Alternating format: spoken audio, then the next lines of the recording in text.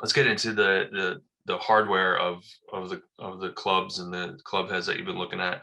What are the benefits, of a bonded hosel versus an adjustable one? And then maybe look at the shafts too, that you found that work best with the fairway woods. Yeah, it's interesting because there's probably about half of the fairwoods that we test end up having a bonded hosel, meaning that there is no wrench, there's no adjustability, and the other half have an adjustable hosel.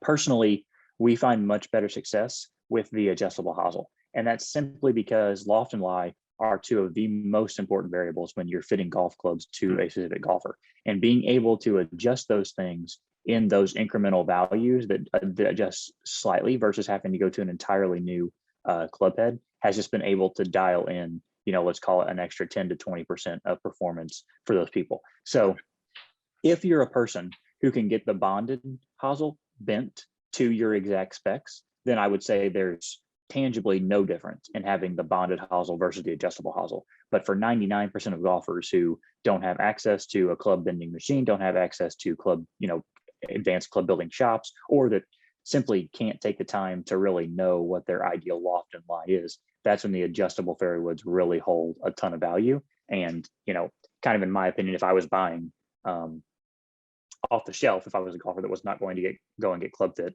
I would be very, I would be more inclined to buy that adjustable fairway wood for Definitely. myself, just because that gives me more options to play on the range, to adjust some things as I see fit, those kind of things. And when Whereas you the travel bonded, too, like, say you yes, go to like a resort or whatever, and you're yes, playing in higher elevations, or you're going to be playing, courses with different lies, like that's where you want to adjust for it. So makes a yes, lot of yeah. sense. I think overall the adjustability is always, um, you know, always adaptable, whereas the bonded hosel is basically fixed.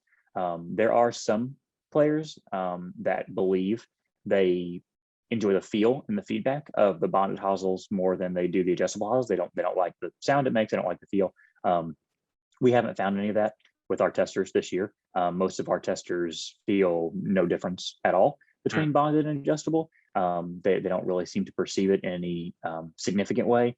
They get a lot of feedback from the club head and the club shaft combination, but as far as the actual, isolating the variable of bonded versus adjustable, there seems to be very little, kind of subjective response to that. But for some people, it's very possible that they will strongly prefer the feel of a bonded hosel versus an adjustable. So again, in that case, if you know your specs, you know your loft and lie, then the bonded is great.